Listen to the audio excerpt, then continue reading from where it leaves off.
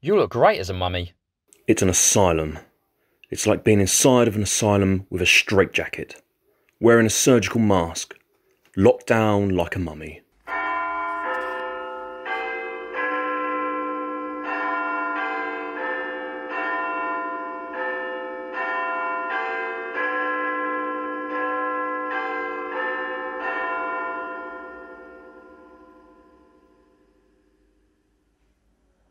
Whatever is nobler in the mind to suffer, the slings and arrows of our traitors' fortune, or to take arms against a sea of troubles, and by opening and them.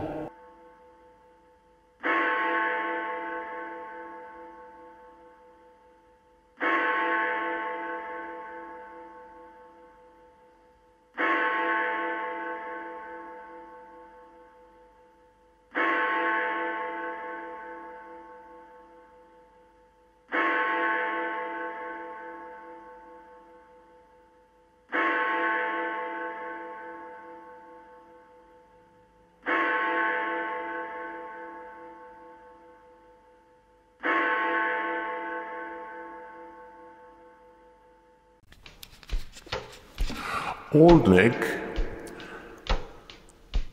of course, means the devil in England. The devil is British, and I'm Old Nick. Old Nick, Lucifer, Satan, and Baphomet. They are the four devils. Baphomet in English, and Old Nick is very British. Lucifer and Satan are from the Bible, therefore they're not British.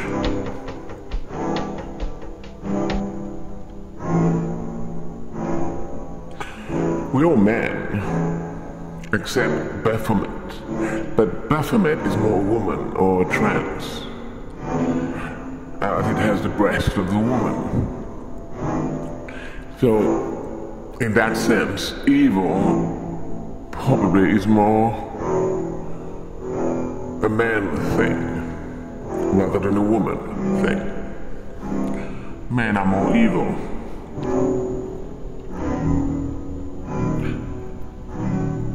But it doesn't necessarily mean what it says on the label. A devil as a label might not mean that it's evil. Old Nick, for instance, always balances the other devils. Not always successfully, I must say. Obviously, hell seems to be omnipresent around the world and around Britain. It's the madness of King George III, the longest serving monarch, that ended up being a figure of evil, a bad. It was more like Old Nick. He was trying to balance good and evil.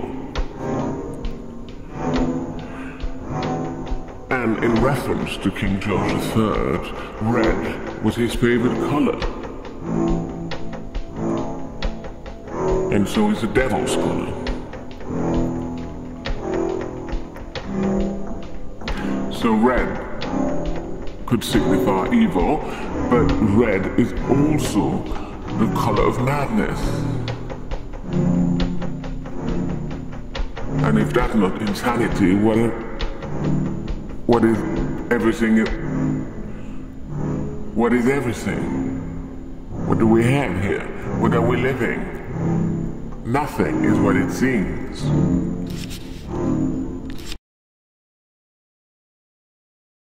Yes, she had me until basically 18 years of age, and yeah, at this point, you know, I was a pretty established young man. At this point, I had done many things. I was part of a performing arts group in my church, a group of young people. I was into music, I was rapping, I'd done some poetry competitions and stuff in my school. So yeah, you know, and I had a quite active social life. You know, even though I was in care and stuff, I would say I got to experience the highs and the lows of, you know, just being a young person. Because I think nowadays, like I said, I'm 29 now, we live in 2020. I would think that childhood is not so much the same as it was when I was growing up. So I was lucky to still experience some of the stuff that I would think these young people will not get to experience, like I say. But yeah, just yeah, I've had to deal with a lot as an adult. Being in care, you know, having the system look after you for such a long time is quite a damaging thing, because when you're released and you become independent, it's not such a straightforward thing to look after yourself, as well. You always have things being done for you. So it's a thing where if you're not told, or you're not, you know, somebody's not guiding you, which, like I say, with my position, I never had the right guidance, so you fall astray to things like housing benefit and council tax in your first property, for example. And yeah, I had it quite fast, pretty early, because I had I was expecting my first child at the age of 18. But at this point, like I said, I'd come out of foster care. So my foster mum was pretty happy, because at least I'd left the home when I'd gotten my girlfriend pregnant. And yeah, being from a church background, I got engaged with her pretty quickly. Unfortunately, we didn't end up getting married, but the best thing out of that whole situation is I had my first child, my son, named Jason. Jason will be 10 in August this year. So yeah, you know, I've got another child, a daughter who I've recently had. But yeah, after sort of coming out of care and sort of like looking back at the way things sort of happened for me, I can see a lot of the reason why I've had to deal with lots of hardship. For example, that, you know, I don't have a network around me when things are hard. You know, I never grew up with parents to, you know, be able to buy me my first car before I left school. So it's just, you know, you just have to get used to life happening for you in a different way from how you see it with other people. And it's hard as well when, like, I grew up, like I said, as a Christian. So I see a lot of bad things happening. Those things, like when other people experiencing it, people doing them to me, so I've experienced a lot of people probably making bad decisions, not really knowing how it's going to affect you, but nonetheless it affected me in a very bad way. I've had that happen a lot. And so I've had to, like, you know, try and get used to understanding how, you know what I mean, how people basically are able to do those things without meaning or without necessarily understanding the consequences, you know. So it's all, not so much turn the other cheek, but yeah, just understand the sort of the structure as it happens. But yeah, no, like in life now, I find it very hard to be independent, because when I had my first child, I obviously got a flat coming out of foster care. When I got my flat, it was difficult with the housing benefit situation and stuff. I didn't really know what I was doing. I just had my first child as well. I was engaged, and very quickly my relationship sort of took a turn for the worse. My partner ended up moving out into her mum's house, but we were still working out our relationship. But that sort of broke me down, because I had everything sort of there, you know, sort of feeling like king of the castle, and then for my sort of child to be removed from where I was staying, that had affected me. But I carried on nonetheless. I was working at the time for the council. I quickly, because I was coming to the end of my contract, it was a 6-month contract, I quickly got an apprenticeship for an accountant, which I didn't think I would ever be working for. And yeah, that situation also ended up sort of not in the greatest sense for me, because I didn't get to finish the accountancy apprenticeship because I was tied up in the relationship with my son and feeling like I wasn't spending enough time with him. And so, you know, when you've got nobody around you because like I said, I've come out of care at this point.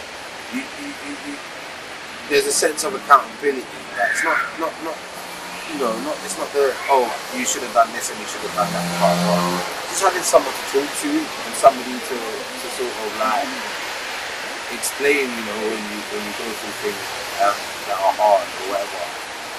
It's that part of life when I think when a person misses that or doesn't have somebody to fill that gap, that energy can fester and it can manifest in all types of ways for people, in their life, like arguments or all kind of bad things that people don't really want to be dealing with. So I've grown up in such a way where I wouldn't say I've been failed by the system completely.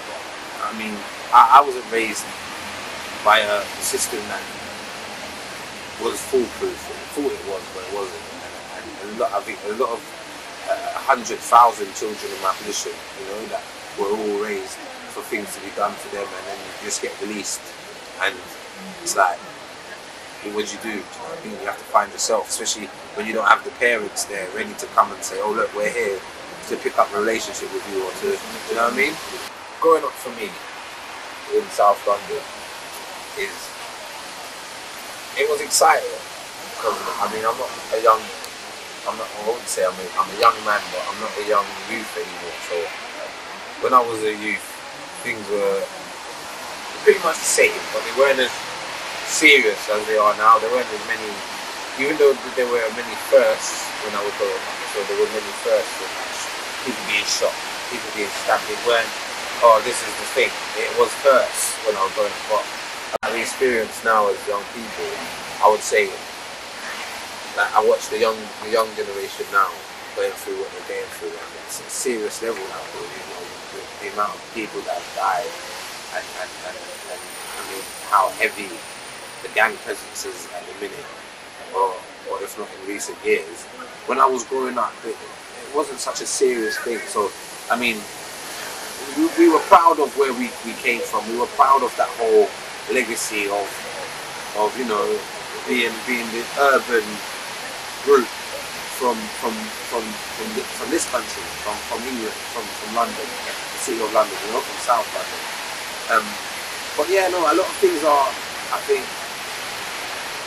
are put towards black people or ethnic minority group young people nowadays. There are a lot of negative connotations. Like, I mean, I know that white people kill black people too. I mean, like, for example, there's a friend of mine, I thought we were having a conversation, and they were saying that because of, I was saying that there's a heavy majority of ethnic young people in the suburbs of South London, South East London, South West London, etc., East London, North West London. If we were to take that and it was a different country, for example Scotland, and you've got a place like Glasgow, where you've got majority young people are white, or possibly European, whatever, white nonetheless. There are similar problems in past years in terms of knife crime, in terms of the death rate, murder rate, but you don't hear such bad press about the people, and I think that's a problem at the minute. It's there are a lot of tags being put on people, you know what I mean? Especially at the minute, like police is not a good topic at the minute. A lot of people are angry, with the thing happening in America at the minute. So I see a lot of people walking up and down today in the car. My name's Colin Mayer. I'm a professor at the Side Business School at the University of Oxford. I've been at the Side Business School since its start in 1996. I was the first professor, and I helped to create the business school, becoming dean between 2006 and 2011. The main focus of my work at present is on the notion of responsible business and how business can really help to address many of the issues that we face as people, societies, and the natural world. And that has been also the focus of work that I've been doing recently with the British Academy in London on a program called The Future of the Corporation. And what that program seeks to do is to determine how business needs to change over the coming decades to address the economic, social, and environmental problems that it faces, as well as to take advantage of the immense technological opportunities that are in progress. Well, the pandemic has had a very substantial effect, not only just in terms of shifting the focus of my activities from the university to my home, but more substantially in terms of the issues that I'm focusing on in terms of the role of business in society, because it's had a very dramatic effect, of course, on business. And I think one of the key lessons that we're learning from the pandemic is not only how it's affecting business, but how it's affecting the whole of the management of economic systems around the world. In particular, the government has had to address the question of how can they best cope with the pandemic.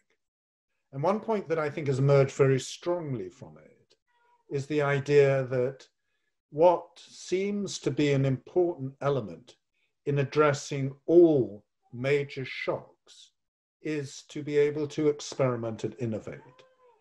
And what is particularly required is the idea that centralization by governments in terms of providing single solutions to problems are not in general the right way of trying to address these issues. That there is a high degree of uncertainty, what has been termed radical uncertainty, surrounding major crises. And to address that high level of uncertainty, one needs to recognize that one does not have the known solutions to those problems. And so one of the issues that has particularly arisen in the case of the UK is that by trying to centralize the approach of solving problems, there's been a failure to really experiment sufficiently. And that's an aspect that I think is becoming increasingly appreciated as people, for example, compare what has happened in the UK with that in Germany, that has responded with a more decentralized approach of experimentation to the problem. The lockdown as an academic has perhaps had less impact on my life than it has had on many other people. I'm fortunate in terms of having a very pleasant house in Oxford in which I could lock down. And that has allowed me to go on functioning in terms of performing the role that I do in terms of research and teaching. And in fact, in some respects, not to have had to have flown around the world and instead of zooming around the world, zoom around the world electronically has actually been, in many respects, quite a relaxing experience. The one area where it has had quite a profound impact is in terms of my role as a lecturer in the university and lecturing in particular to the MBA students. Now, from their perspective, having to engage electronically has been a serious disturbance because in particular an MBA program depends on a very high degree of interaction between the students.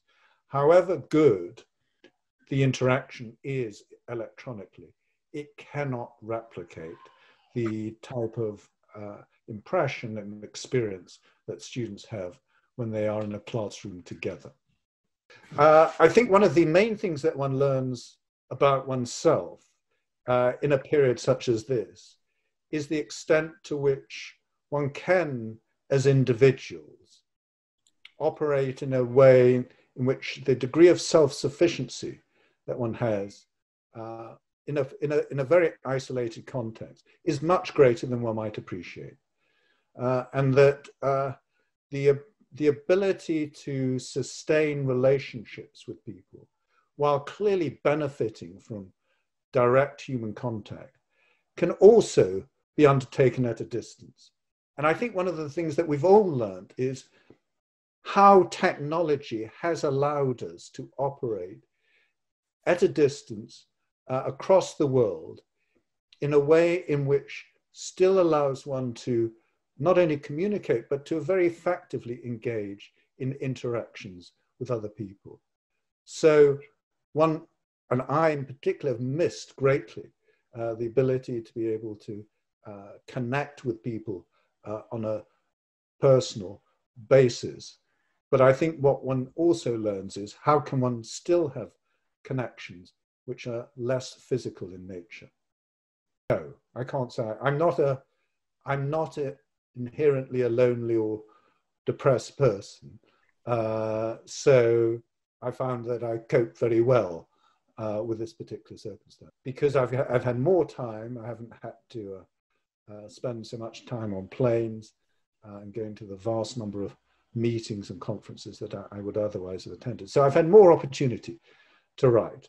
And that notion of being able to think and reflect, I think has been a remarkably strong sense of comfort to me during this period. No, I didn't see the pandemic having the effect that we've currently observed. Of course, I'd heard of the risks associated with pandemics, but I did not anticipate anything like what has materialized. Now, that's very different from the financial crisis. So the financial crisis, I actually wrote an article 20 years earlier, in 1986, setting out the process by which I expected the things like the financial crisis to happen. So that did not come to me as a shock at all. But the economic impact that this pandemic has had is not something that I anticipated. I think in terms of experiences of the world around me, yes.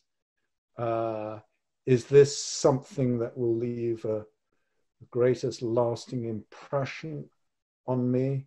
Probably not. I think that personal experiences rather than general global experiences have leave a stronger imprint in one's mind in some regards. We will be observing is an increasing frequency and intensity of crises going forward.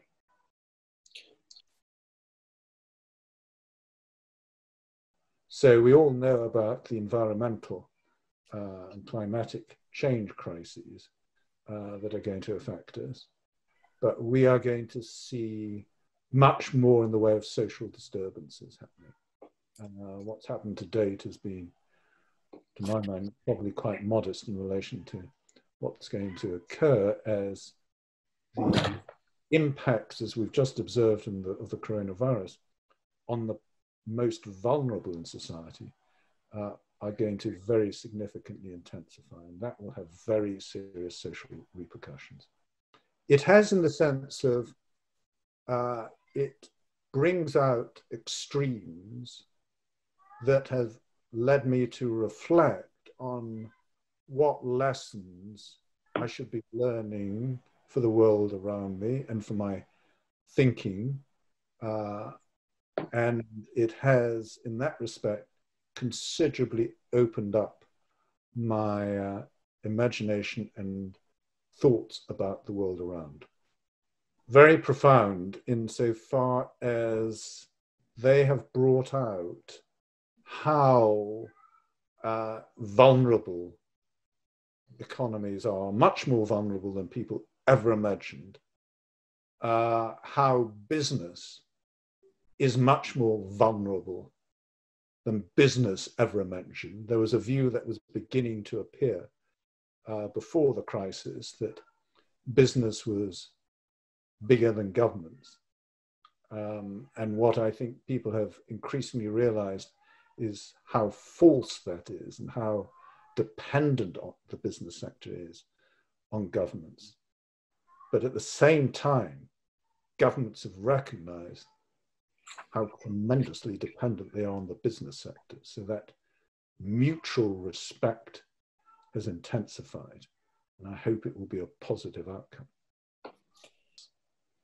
Because the pandemic has, I think, had at least as significant an impact on people's views about how economies need to change going forward as the Great Depression. And in some respects, I think the repercussions of it going forward will be even greater. Now, the reason for that is that there is a growing recognition that it's not the end of the road in terms of crises. It's the beginning of the road. And in that respect, there is a growing understanding that we have to, as nation states and as societies, find a way of coping with what is becoming an increasingly fragile world. So I think that in many respects, the lessons that are going to be learned from this pandemic and the subsequent ones are going to be particularly significant. Now, Milton Friedman once said that only a crisis, actual or perceived, produces real change. When that change occurs, the actions that are taken depend on the ideas that are lying around. It's therefore our duty, he said, to develop new policies, keep them alive and available until the politically impossible becomes the politically inevitable. And I think that is exactly what we're going to observe. And the only question that really arises is, how many crises are we going to need to have before we recognize how fundamentally we need to change the way in which we organize our economies, businesses, and societies? It took the world approximately until the end of the 1950s to fully recover. I mean, in economic terms, there was obviously a rapid recovery during the war in terms of economic activity, but you can't really regard the war as being a period of recovery as such. The time it took to actually get back to acceptable economic and social conditions was, I think, the middle towards the end of the 1950s. And so that was a very lengthy recovery period. Now, how long is it going to take us to recover from this particular crisis? The answer is, in terms of economic recovery, it probably will be fairly drawn out. But as we saw with the financial crisis, and was true of the Great Depression, it's not simply the time it takes for economies to recover that matters. It's the time it takes for people and societies to recover. And what we observed from the financial crisis was that the real scar was not just an economic one. It was a deep breakdown of trust. And a loss of trust in society is one of the most damaging elements of what these crises do. And so that is what I fear the most as being the enduring repercussion of this, that it will leave a deep scar in terms of the extent of unity in society. Now, there was a notion of us coming together as communities, but that I fear may be quite short-lived before people really recognize the extent to which it's accentuated divisions in the world in which we live. Unless we find a way of really reforming our system in such a way as to provide a more coherent, inclusive society that doesn't have the impact of disadvantaging those who are most vulnerable, as this crisis has done, lot of social change. So bringing about social change is a complex exercise, but I'll give you an illustration of where I think we're going to need to see a very substantial amount of social change in the UK. And that is in terms of the massive degrees of regional disparity in the UK. The UK is one of the most regional, unequal economies of any major economy in the world. And there's a long history as to why that's the case. But the government prior to the pandemic placed regional levelling up as being a key objective. And it's gained increasing significance because in the process of impacting the economy, what COVID has done has been to accentuate those regional disparities. And if we don't build the economies in terms of addressing those inequalities, then the social problems will be still further accentuated. So we're going to have to see a significant shift in terms of the allocation of activities across the UK over the coming years. We could well do. In some respects, we've already seen some evidence of that. And we can anticipate that if people feel that the system is not responding to their needs, then we will see actions being taken that will create a great deal of political and social disturbance. So yes, I could well imagine that happening. Not in the immediate future, because one of the changes that occurred was to increase the degree of provisions and reserves of the banks so that they've been able to weather this storm. But we're now going to see a wave of bankruptcies on a very substantial scale as the support for business begins to be removed.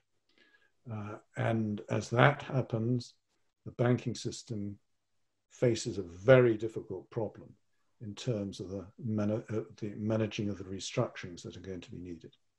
Now, it's going to be critically important that this is understood to be a joint problem that the private and the public sector need to address. The ultimate loser from a wave of failures will be the government that put up the substantial loans to the private sector. So what we're going to require is an approach by which governments begin to extend the funding, but not in the form where they are engaging with or lending directly or owning directly the corporate sector, but where they are channeling funds through a more effective financial system to the corporate sector. We will be issuing the equivalent of war bonds in the form of green bonds going forward to address the equivalent of the military conflicts that we faced in the past, namely in terms of the environmental conflict. And so that we will see governments using their funding through capital markets increasingly to address the problems that we face. But it's going to take not just that sort of public market funding, it's also going to need a change in approach on the part of private investors in terms of the way in which they support companies going forward. And that type of partnership between the public and the private sector is going to be critically important. The debt repayment is perhaps not the primary issue that we face at the moment, because interest rates are so low. Servicing that debt has been something that has not imposed a substantial burden on the corporate sector, on the public sector. It's more a matter of the way in which that public debt then gets reflected in private sector debt. That's the problem. And that's precisely what we've observed happening, that the way in which the government has extended finance to the corporate sector has been predominantly in the form of loans. Now, whereas the public sector, so long as it's not got a servicing requirement in terms of interest payments, that's prohibitively expensive, can manage it, the private sector clearly has a limited period within which to repay those loans. And that's where the real burden is going to fall. And that's why one needs to find a way of shifting public sector debt into private sector equity. And that's where the transformation function of the financial sector in terms of bringing about that is going to be so important if we're not going to have calamitous outcomes. No, it's not just growth. It's finding a way of mobilizing the corporate sector to solve problems. We have created an immense amount of growth, and that's been very important for promoting economic prosperity, but at the expense of creating massive problems, massive social problems, human problems in terms of a strong sense of disaffection on the part of societies and individuals around the world, and of course, massive environmental problems. And we cannot have a system by which we grow out of some problems and grow into even bigger problems. We need to find a way in which we create an economic system and a business sector that recognizes its role is to solve problems, not to create problems in the process of solving them. And we haven't yet structured our systems in such a way as to do that.